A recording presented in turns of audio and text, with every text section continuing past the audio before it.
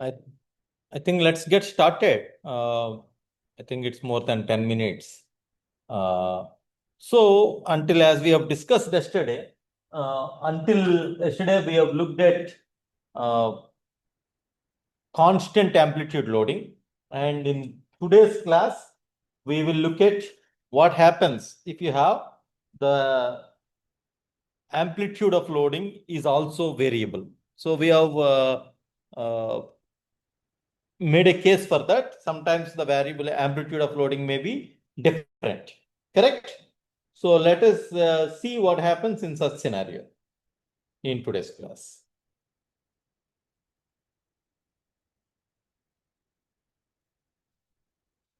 Okay, so if you look at this figure, so you can see now what do I mean by variable amplitude loading. Let us say the loading history for some cycles, say N1 cycles has an amplitude of sigma A1. For an N2 cycles, it has an amplitude of sigma A2. For N3 cycles, it has an amplitude of sigma A3. And keep in mind that in all these cases, mean stress remains the constant. In this case, it is fully reversed loading. The mean stress is 0. All right. So now, how do I go about finding the life of the component? So the idea is that in the SN diagram, if you look at this, if you are operating at sigma A1, that some, let us say sigma A2 is the smallest stress amplitude. If you are operating at sigma A2, the number of cycles to failure at when you operate at sigma A2 is, let us say, NF2. Okay. Similarly, if you are operating at sigma A1, the number of cycles to failure is NF1. If you are operating at sigma A3, the number of cycles to failure is NF3. All right. This is coming from the SN diagram. But instead of at sigma A1, you are not running for NF1 cycles, but you are only running for N1 cycles. That means only a fraction of the total number of cycles at which the failure happens. So this you are operating in N1 cycles, but at that particular stress amplitude, if you run for NF1 cycles, the failure will happen. So the fraction of life that is consumed is N1 by NF1. All right. So when you have variable amplitude loading, the fraction of the life consumed for a given sigma A1 is N1 by NF1. And if you have such variable amplitudes, the requirement is that the sum total of all these fractions cannot be greater than 1 because that is the total life available. So that rule is what we call Palmgren-Minor rule. So if you are operating at sigma A1 cycles, corresponding to sigma A1, the failure number of cycles to failure is NF1, but you are only running up to N1 cycles, which is less than NF1, right?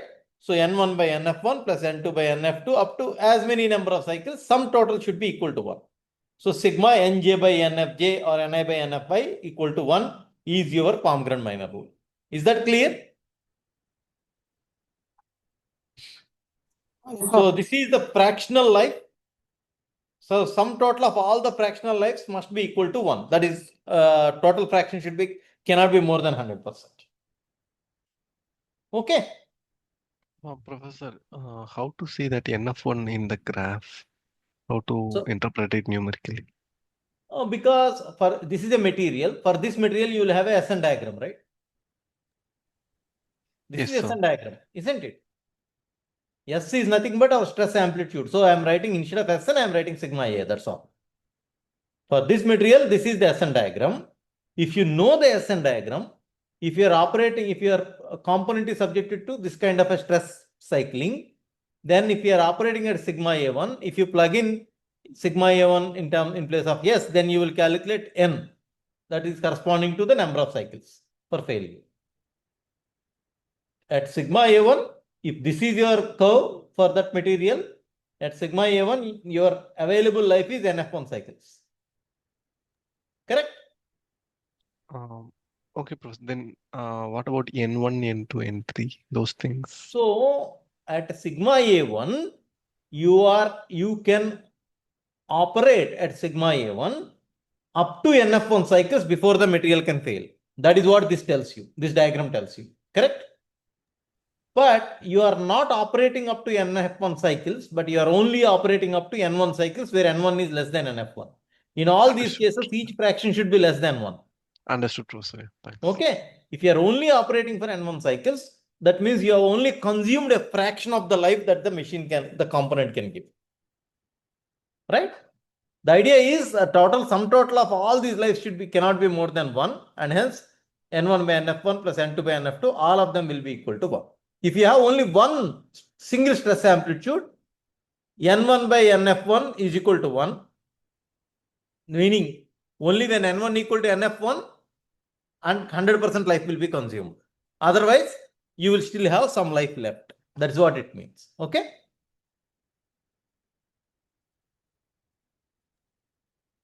Yes, sir. Yeah, thanks. Sir, here the mean is same for all the small cycles. That is what here, right? Here there is no mean stress effect. If the mean changes, Yeah. Now, what is the way? You tell me. I'll calculate for each and every. You can calculate, for example, for this combination of mean stress and sigma A1, you can calculate the number of cycles to failure or not. Yes. Like yesterday, we have calculated. And instead of directly calculating, so let me show you how do we go about doing it, right? Because you need to understand that.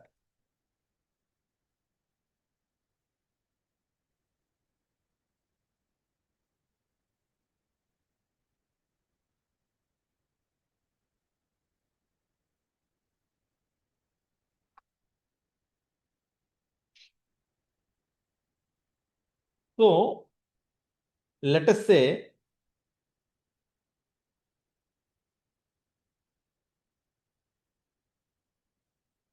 the first cycle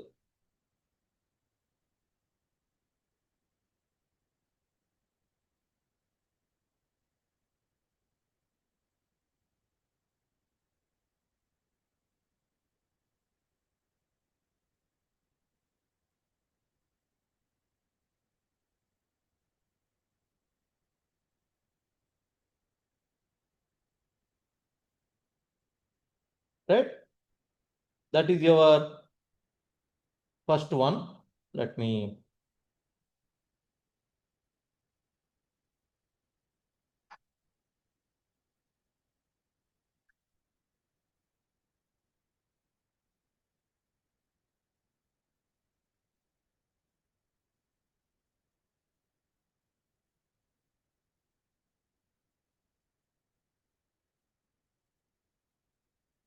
okay.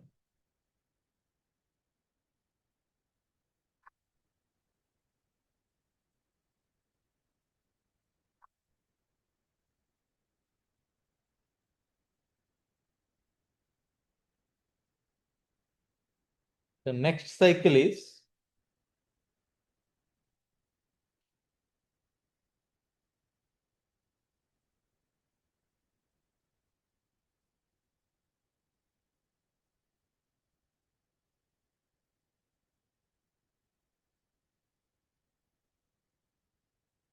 like that. So for this particular thing, sigma m is equal to 0. For this particular thing, this is my sigma m. So let us say sigma m1 is equal to 0.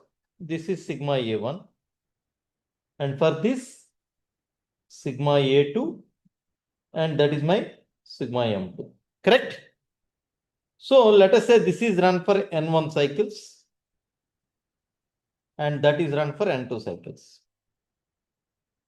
Then when I am calculating n1 by nf1, this nf1 corresponds to a scenario sigma m1 equal to 0, sigma m equal to 0, sigma a is equal to sigma a1.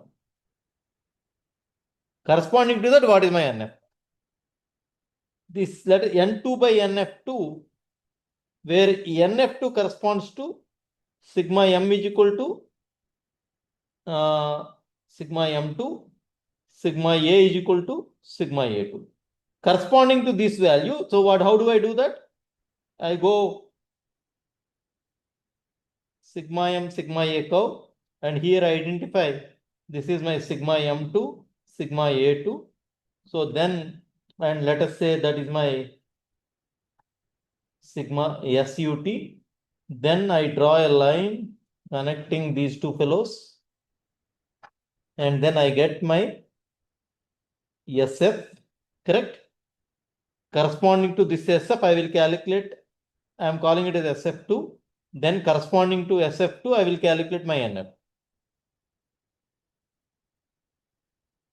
Right? And because it is the same material, whatever formula that I am using here in order to calculate NF1, I make S is equal to A n power B. A and B are fixed. It is the same material. So I will calculate NF1 is equal to sigma A1 by A whole to the power 1 by B. Right? Similarly, NF2 will be SF2, whatever I computed, by A whole power 1 by B. Because this is taking, because this point and this point is going to have the same life. Once having done that, now my equation will be N1 by NF1 plus N2 by NF2 must be equal to 1. Right? Got it, sir. Got it. Yeah.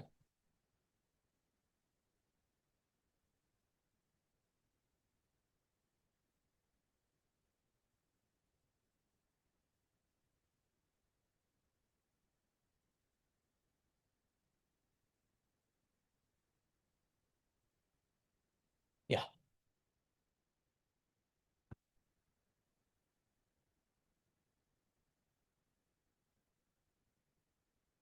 All right. So once that is clear to us, then we can go about understanding how to go up solving. So it is again,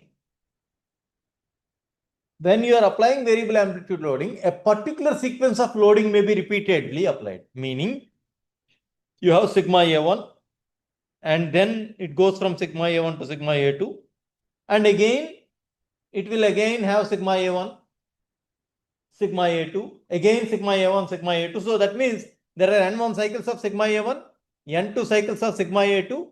So from here to here it will go, and again it will start going here. So that means you have, in this guy, here you have some value, from here to here it went up, and at that level you have sigma A1 corresponding to some mean stress, like we have discussed. And then corresponding to this sigma A2, there is some mean stress, right? And there is also another one, there is a larger cycle from here to here and then coming here, right? So that means there is one cycle that goes from, you can see that this value to that value, that is one cycle. And there are n1 cycles between sigma A1 and sigma M1, n2 cycles between sigma A2 sigma M2, and this one will be sigma M3, as you can see, right? This is the mean stress of this larger cycle. So that is one cycle every time. So what is happening is one large cycle and two small cycles are repeating. So that is what I am calling as, this is N1 cycles, N1 by NF1 plus N2 by NF2 plus 1 by NF3. What is NF3? NF3 is corresponding to this larger stress amplitude. Is that clear? But there is only one cycle within this. And such cycles will be repeated, say, BF times. BF is the number of times that this cycle is repeated. All that sum should be equal to 1. This is because in many machine components, for example, if you take an aircraft undergoes a takeoff.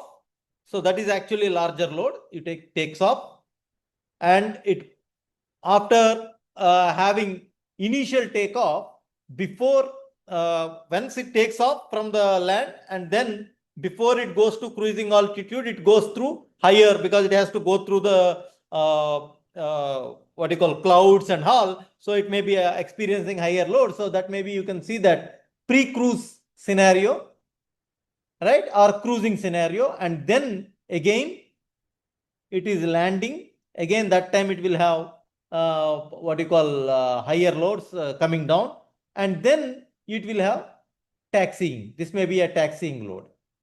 And this happens at each every takeoff, landing, taxiing, takeoff, landing, and taxiing. Correct?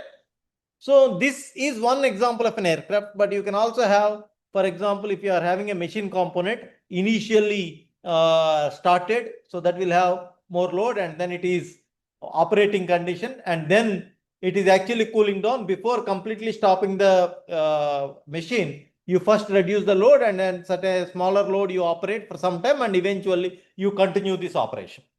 Right?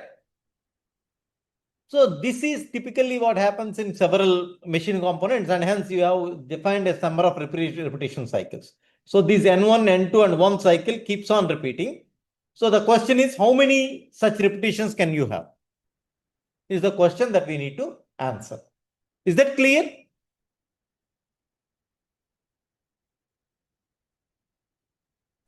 Yes, sir. Yeah. Okay. All right now. So now let us solve this problem. Please, can you please look at this particular question? And he has given a n power b, a is given, b is given. A is 1643, B is minus 0.0977 for this particular material. We need to find out how many repetitions are required to cause fatigue failure. I think we have discussed enough. Now I would like you to get started and then look at solve the problem.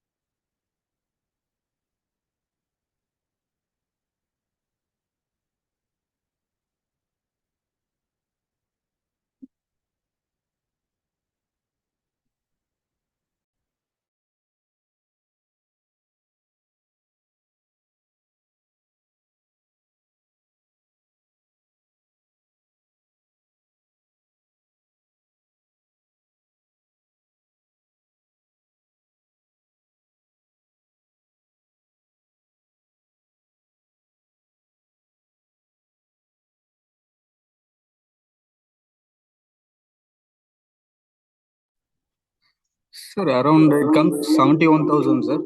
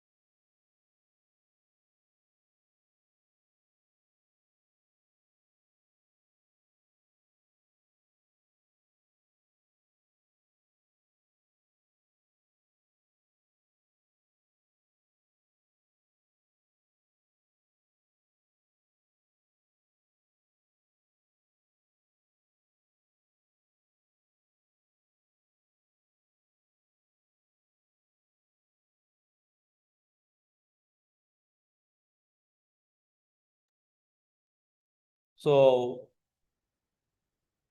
are you working or what is the status?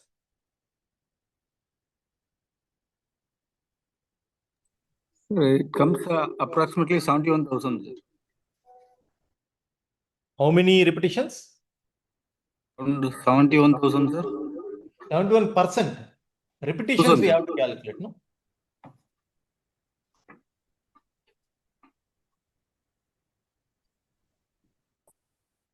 The number of repetitions that we need to calculate. That is, see, if you look at the previous slide,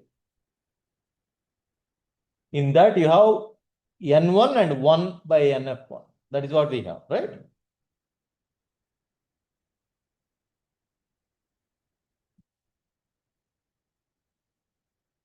Sir, 72,000 it is coming, sir. 72 repetition is coming, sir. 72 repetitions, okay. Hmm.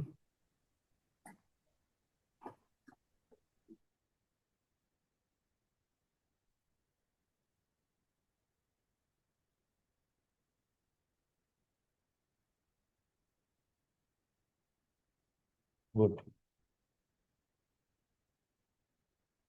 So how do we go about doing? So here, if we not solve the problem, let us try to solve the problem. Okay.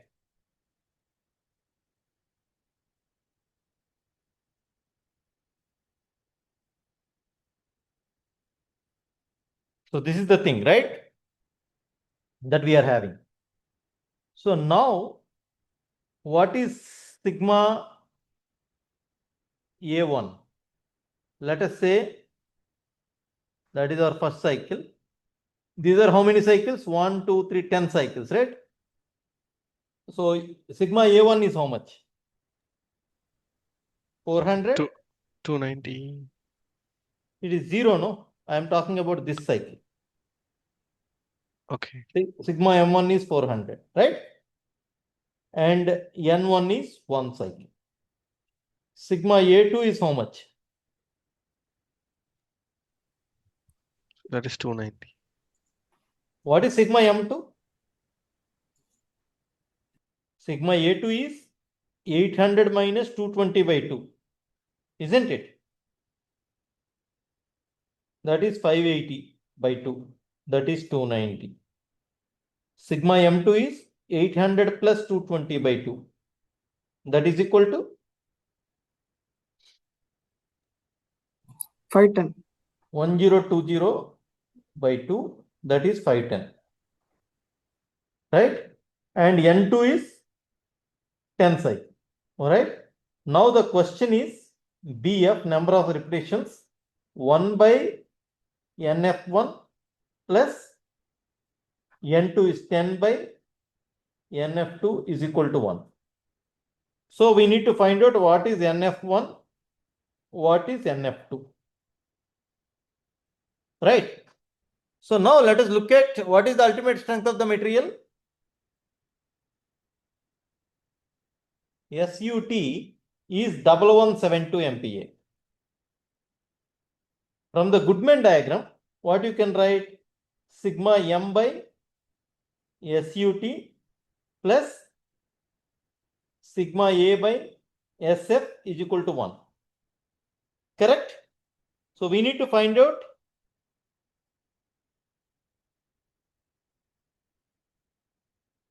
in the Goodman diagram.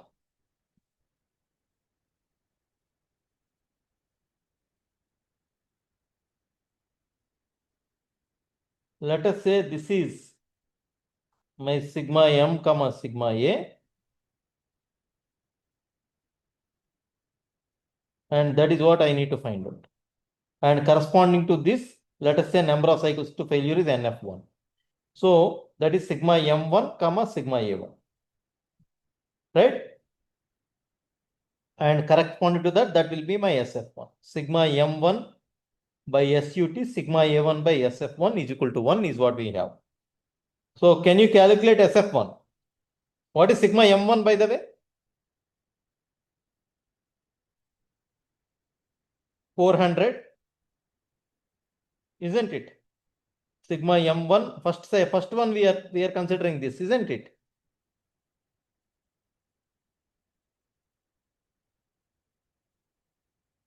That is the first scenario.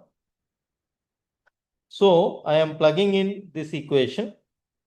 Therefore, sigma m1 is 400 by 1172 plus 400 by, sorry, SF1 is equal to 1.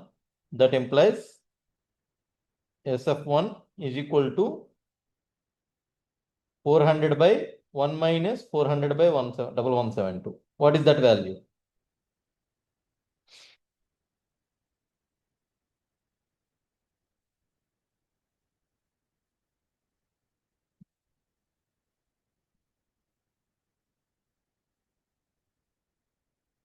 This is 772, right?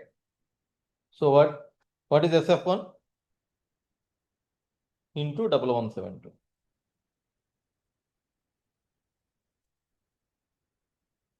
Is this clear? How am I doing this? Is there any questions here? How am I doing this? I am assuming everyone is understanding, okay? If you don't understand, you have to speak out. 607.25. Those of you who have solved, they should be able to answer, no? What is the number?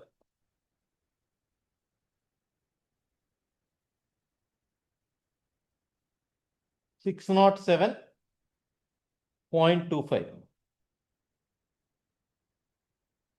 That is SF1. So, because it's the same material, it is governed by S is equal to n power b, that is 1643 times n power j minus 0.097. So, NF1 is equal to SF1 by 1643 whole to the power minus 1 by 0.097, 0.977. That is equal to 607.25 divided by 1643 whole to the power minus 1 by 0.0977. What will that be?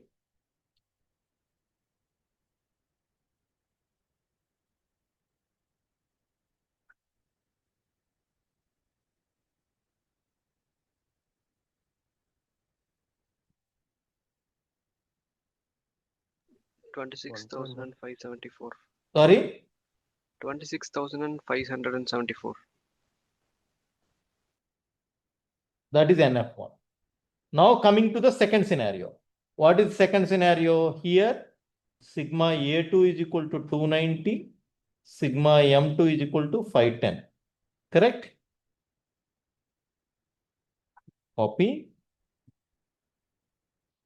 For this, I need to find out, corresponding to this, I need to find out what is SF2.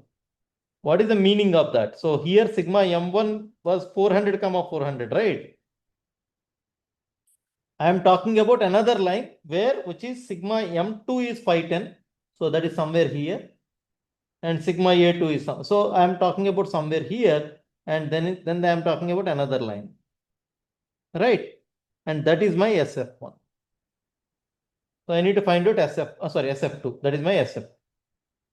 So again, I follow sigma M2 by SUT plus sigma A2 by SF2 is equal to 1. That implies 290 by 1172 plus, 510 by 1172 plus 290 by SF2 equal to 1.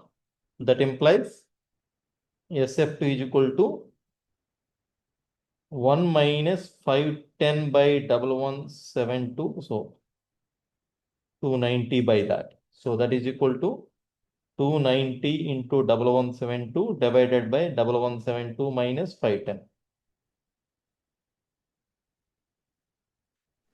513. What is that value? 513.41. 513.41. Oh, it is smaller than that. Huh?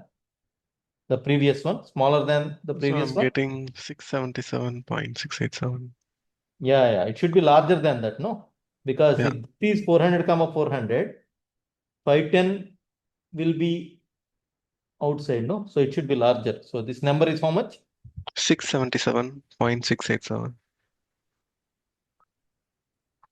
Do you agree? Whoever said 517? I'm checking, sir.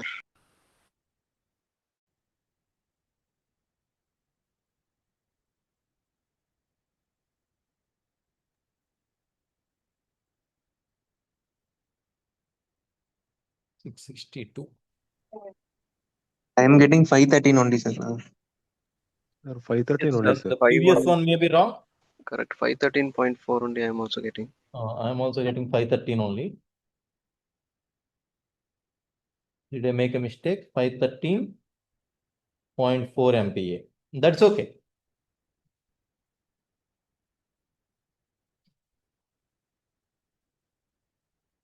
Yeah. Okay, fine. 513.4 MPa.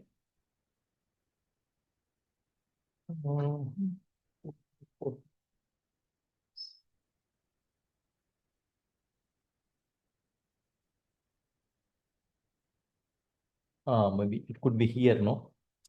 It could also be, it need not be outside. Right? The point could be here or here. It depends on where the point is. Right? Anyway, so 513.4 MPa. Therefore, NF2 is equal to SF2 by 1643 whole to the power minus 1 by 0.0977. That is equal to 513.4 divided by 1643 minus 1 by 0.0977. What is the number of cycles to fill?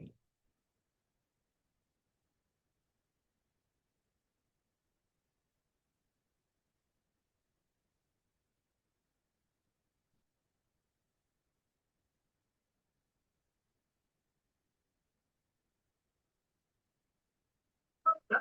1.48 into 10 power 5 cycles. 1.48 4, into. 10 power 5 cycles. So now the formula that we have is number of repetitions times 1 by NF1 plus 10 by NF2 is equal to 1, right? That implies number of repetitions we need to find out. 1 by NF1 is what? 26,574 plus 10 by 1.48 into 10 power 5 is equal to 1. That implies BF, what is this value? BF is equal to number of repetitions is equal to 1 by 26574 plus 1 by 1.48 into 10 power 4.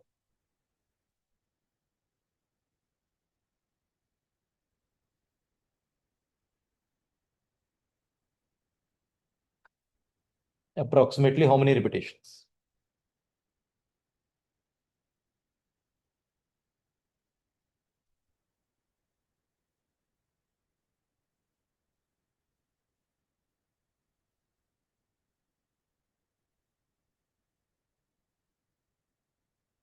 Two six five seven four. 9506 cycles.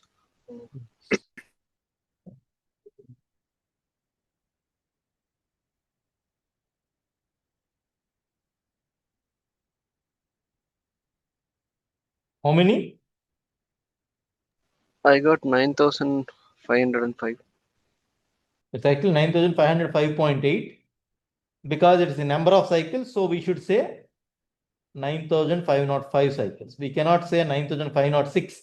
You cannot round up here, right? Isn't it? Yes, yes.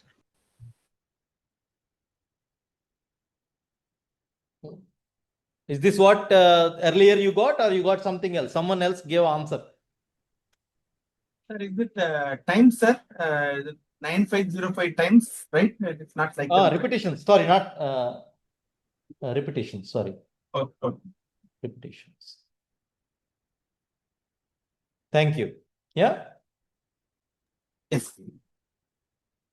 Is that clear? The process is clear to all of you? Yes, sir.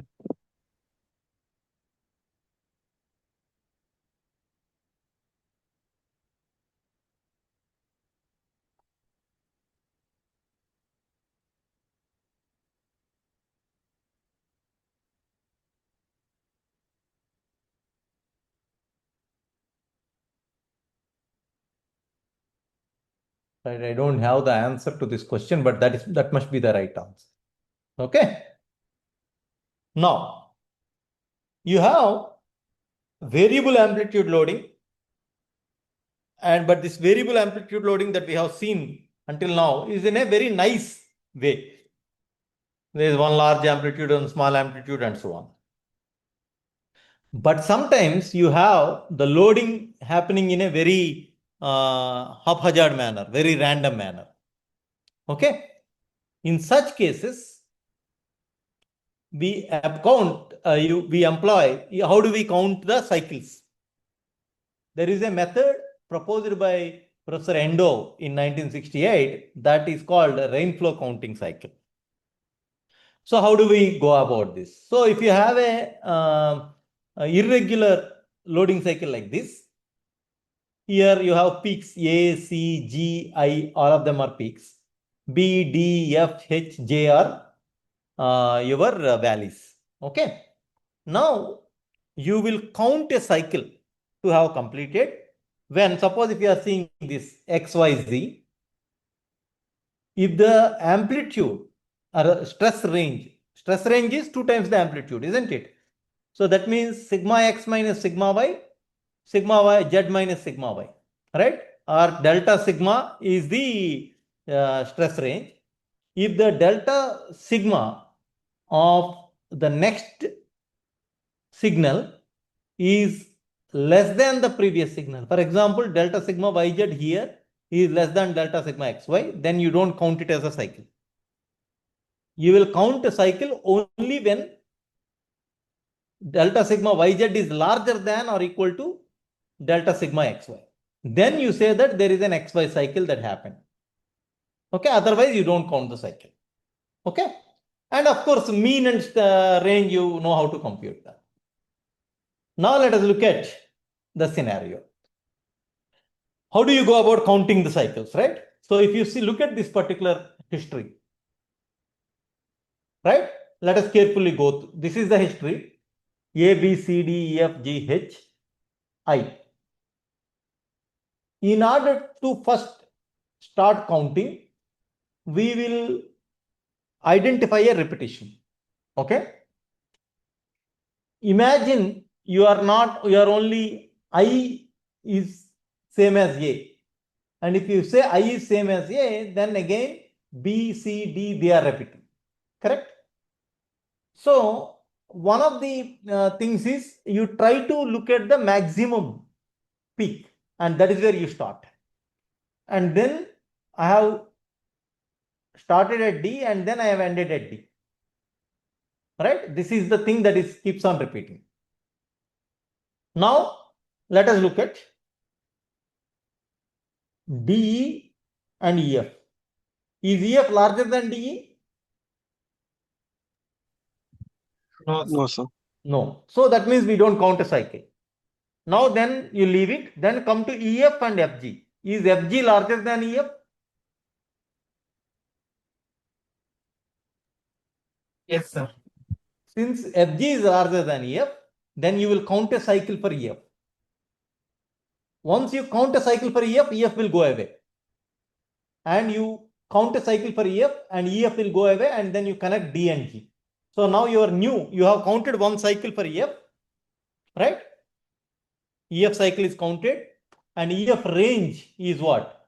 1, 2, 3, 4 and mean is 1 because EF mean is 1. And then the new thing is D, G, H, A, B, C, D. That is the new one that you are looking at. Now let us look at it. D, G, H, A, B, C, D. D, G, G, H. G, H is smaller than D, G. So I cannot count the cycle, isn't it? Yes or no? GH is smaller than DG, so I cannot count DG as a cycle. HA is smaller than GH, so I cannot count the cycle. Right? But BC is larger than AB. AB is smaller than HA, I cannot count the cycle. Now I have AB and BC. BC is larger than AB. Since BC is larger than AB, then I can count cycle AB. Alright? So I have counted cycle AB, and then AB will go away, and then whatever you will remain is DG, HCD. That's what you will have. Now let us look at DGHCD. Again, I cannot count DG is larger than GH, it does not work. GH is larger than HC, it does not work. But DC is larger than HC. So I can count HC cycle. When I count HC cycle, that will H will go away, and whatever is remaining DGD. And DG is equal to GD, so I can count one more cycle. So here I have counted first cycle to be EF, second cycle to be AB, third cycle to be HC, fourth cycle to be DG. Now you have variable amplitude mean loading, and now we need to compute whether this will result in failure or not by looking at NF1, NF2, NF3, NF4, because each one of them have only one cycle. Is that clear?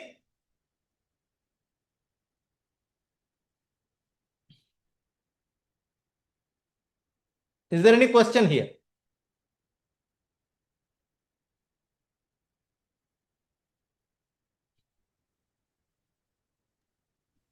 Okay. If Sir, there are is no it, questions, one Yeah. question, sir, actually, is Yeah. it different from the rain flow counting method, sir, or it is? This is rainflow counting. That is what I said. This is called rainflow count. Okay. So now I would like you to use the rainflow counting and then try to answer this question. Again, I want you to find out the number of repetitions required.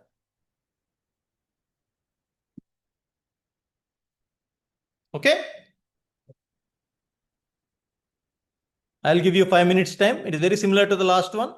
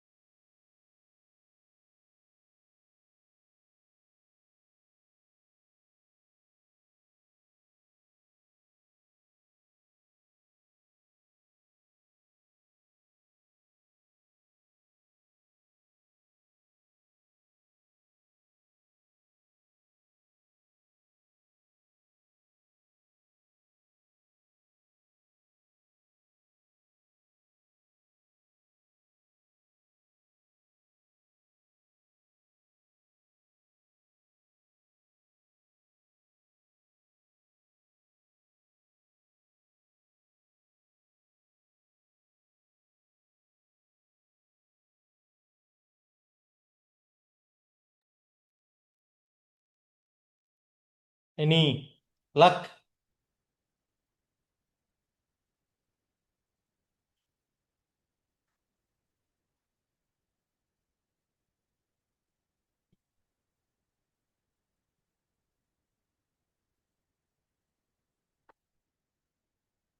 So if you carefully look at this figure, right, it's a variable amplitude loading.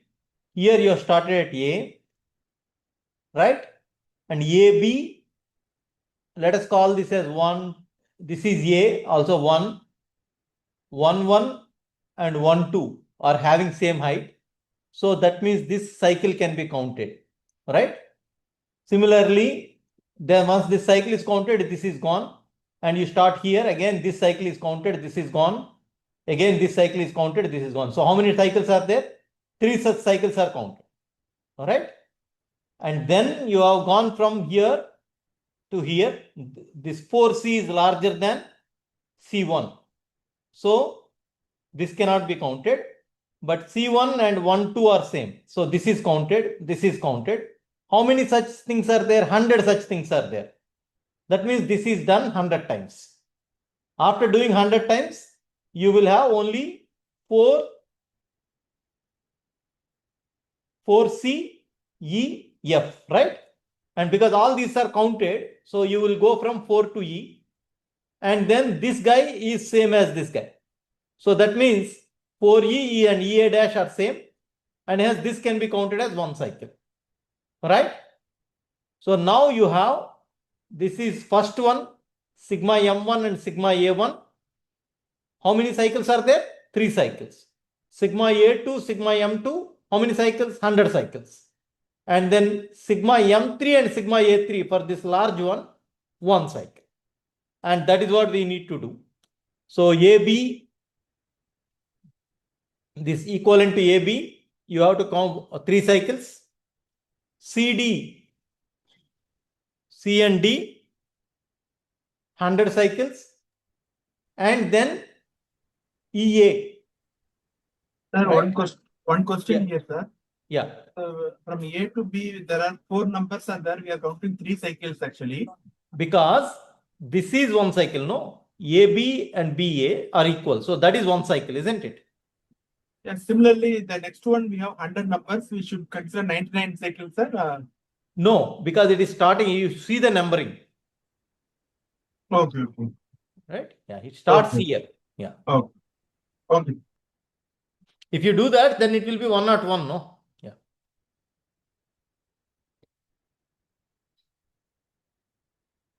Here, if you see peaks, 1, 2, 3, 3 peaks, yearly, similarly, you have 100 peaks, right? 3 cycles, 100 cycles. So A to E, 1 cycle. And you have sigma min, sigma max. And please note that in these 2 cases, sigma min is negative. In such scenario, what you will do, as we have discussed, sigma min should be considered 0. Using that, you can do that, or you can, this is sigma max and this is sigma min. And what will be, if you do that, sigma min, if you take, sigma A will be 350, right? And corresponding to that, you have mean sigma M should be taken as 0. If you take sigma min to be 0, and then accordingly you have to calculate NFJ, and you have calculate N1 here will be 3. So NJ will be 3 by NFJ, that will be this number. 100 by this number is this, and 1 by this number is that, right? And that gives you this thing, and then from there you can calculate number of repetitions.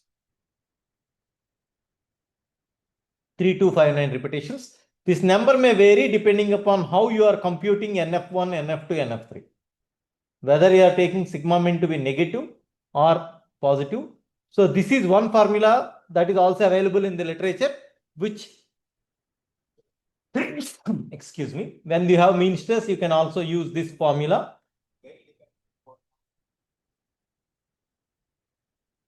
But I would like you to follow the approach that we have used. and then accordingly calculate NF1, NF2, NF3. That may be different. Okay, it may be different than what you are getting here, and then compute the number of repetitions. Okay. Is there a question? Any question here?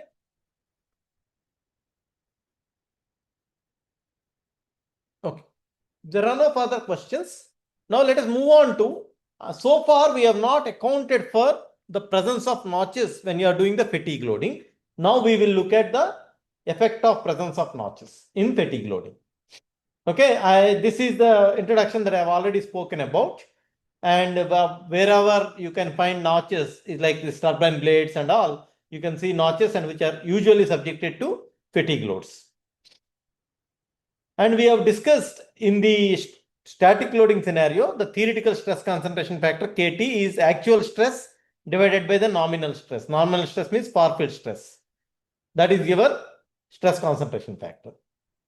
And for a different, for example, in elliptic hole, we have 1 plus 2a by c is your theoretical stress concentration factor. And so the actual stress will be KT times sigma nominal. That we have learned. And this is how we get KT, theoretical stress concentration factor, which we have, I'm repeating whatever we have done in the static loading scenario for different geometries. But what happens when you have a notch? If you have an unnotched specimen, this is how, if there is no notch, if you have a circular shaft, simply, then if you have a circular notch, you simply have, this is the stress SN diagram. You simply multiply that with KT. This value, if you multiply the stress amplitude with KT, divided the stress amplitude with KT, then this will be your stress life diagram.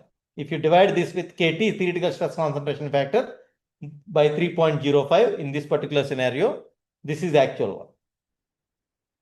But when you do the experiment, what you find is the life, that fatigue life that you would compute in the presence of a notch is actually going to be higher than what you would predict using theoretical stress concentration factor.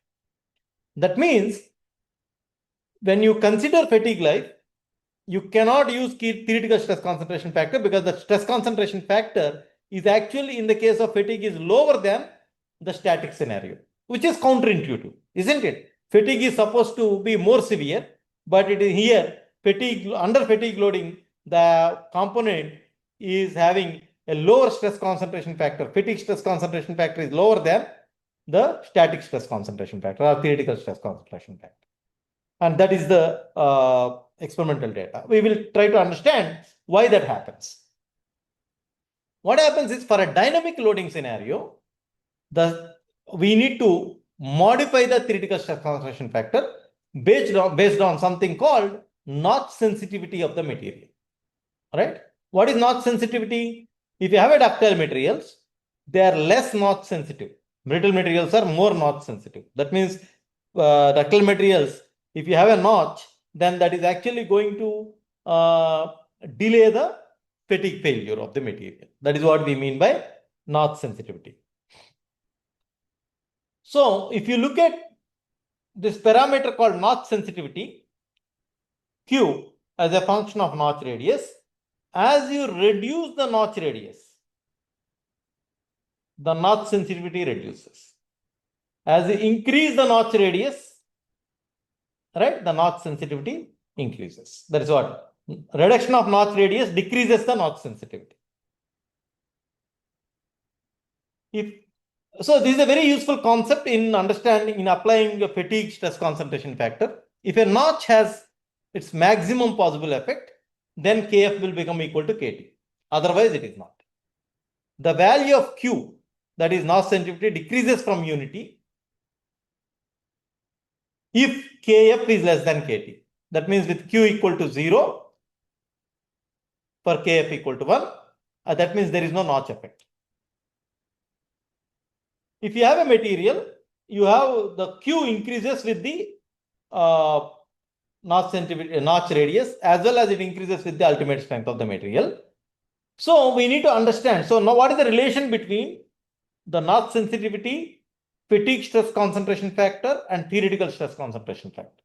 This is the relation between that. The Notch fatigue stress concentration factor is given by 1 plus Q times KT minus 1.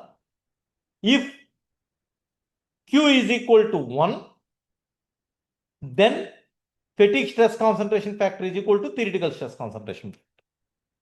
Right? That means there is no notch sensitivity at all. While your fatigue stress concentration factor is equal to theoretical stress concentration factor when Q equal to 1.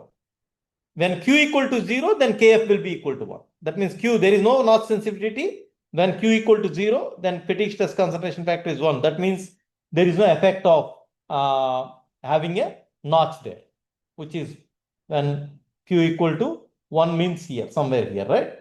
Very high large radius. Okay. So now once having calculated your Kf, your actual stress will be Kf times nominal stress. So by looking at this guy, you can always say that K, what is the value of Q? Q varies between 0 and 1. The minimum value of Q is 0 and the maximum value of Q is 1. If Q is equal to 0, Kf equal to 1. That means nominal stress and actual stress are same. But if Q is equal to 1, then KT is usually always greater than 1. So this means this value will be something depending upon the value, and Q becomes Q being less than 1, Kf will always be less than KT. You can see from this relation. And now how do you compute Q? How do you get Q? In order to find out fatigue stress concentration factor, if you know theoretical stress concentration factor, you need to compute notch sensitivity Q. This notch sensitivity Q depends on material property and the notch geometry.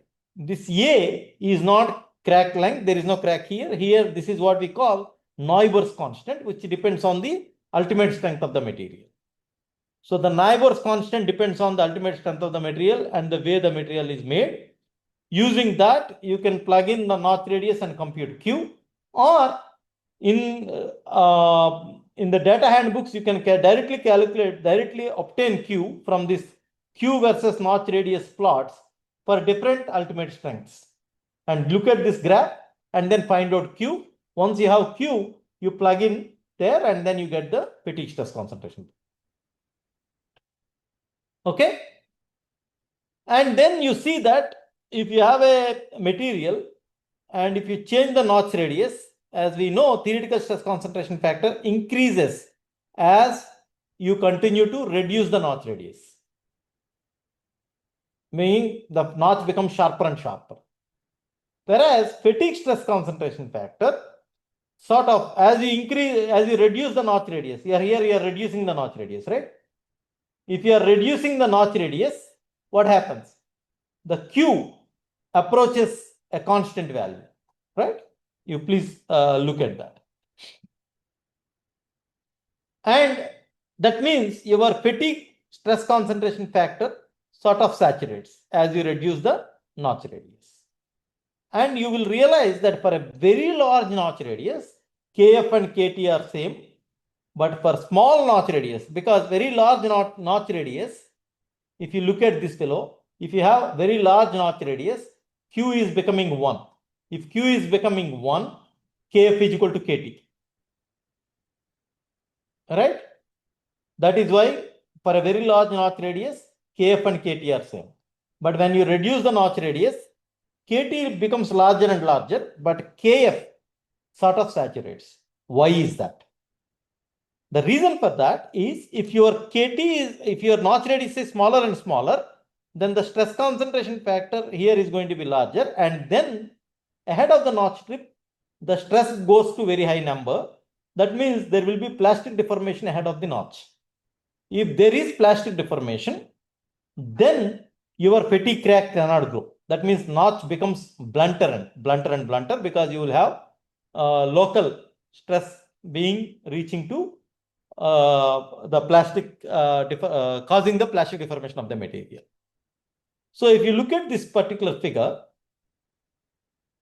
if you know Kt times stress amplitude should give you this stress, but the reality is that ahead of the crack tip, you will have some plastic zone.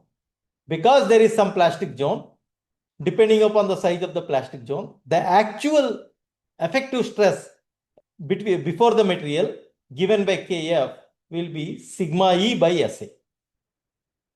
Right? This is sigma E is what? Average sigma Y as x is equal to 0 at such that x tends to delta. So that means if you take the average area under this, depending upon the size of the plastic zone, that gives you the sigma E, which will be smaller than Kt times Sa. And that is the reason, because there is a fatigue stress concentration factor, you cannot take a point function. You have to choose certain material and you need to average the stress over that region depending upon the size of the plastic zone, and that reduces the peak stress, right? So why Kf is smaller than Kt? There are two reasons. One is process zone size effect. A lower value of Kf is possibly due to discrete microstructures such as crystal grains having the effect of equalizing the stress over a small domain, because you have a finite size and the peak stress is going to be equalized over a small domain, that delta. And another reason is the crack growth effects. So for example, let us say you have a crack that may start quickly at a notch very fast because the stress is very high because of the nominal stress. And now if you have a smooth member that is subjected to Kt, theoretical stress concentration times applied stress, yes, so that both the notched member and smooth member gives the same fatigue level. Let us assume that.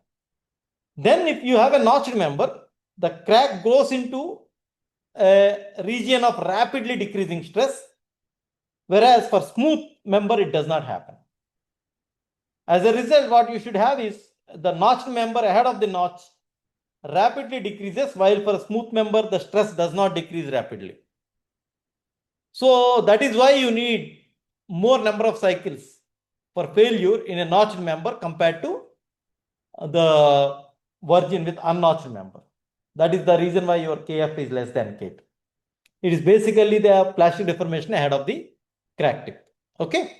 So I think I'll stop here. These slides are available. I would like you to read. It is not easy to follow immediately unless you carefully read these slides and understand. And by next class, you should be clear why Kf is smaller than Kt. If not, I will reiterate in the next class. Is that okay? Yes, sir. Sure. Yeah. Yes, sir. Okay. All right. We will talk about, once this is done, we will talk about Paris law. We will solve some problems with notches and then we will talk about Paris law, and then we will move on to strain life approach, because we have studied so far stress life approach, high cycle fatigue. Later we will start talking about strain life approach. Okay. I think with that I'll stop here and we'll meet again next week. Yeah. Professor. I think we have a special class, a compensation class on 3rd December. Yes, sir. Yes, sir. 3rd December, special class. Sir, before that, any other class required, sir, for us? Not required, because yeah, 1st and 2nd December we will have anyway our class. Okay. So our last class will be on 9th December, sir. That is the last class. I think the last class will be 9th December. You will have 1st, 2nd, 3rd, 8, 9, 10. Yeah. Okay. 8, Okay. 9. 9th will be the last class and the exam is on 20th. Yes, sir. Yes, sir. Sir, just now we received a mail from code office that we are joining a separate WhatsApp group. No, I asked them to create, because if I have to quickly communicate something to all the Yes. class, I can Okay, sir. do it that. Yeah. Yeah, sir. Thank you, sir. Yeah. Yeah. Thank you. Okay. Thank you, sir. Thank you so much. Thank you, sir. Yeah. Thank you, sir. Thank you. Thank you, sir. Thank you, sir. Thank you, sir. Thank you, sir.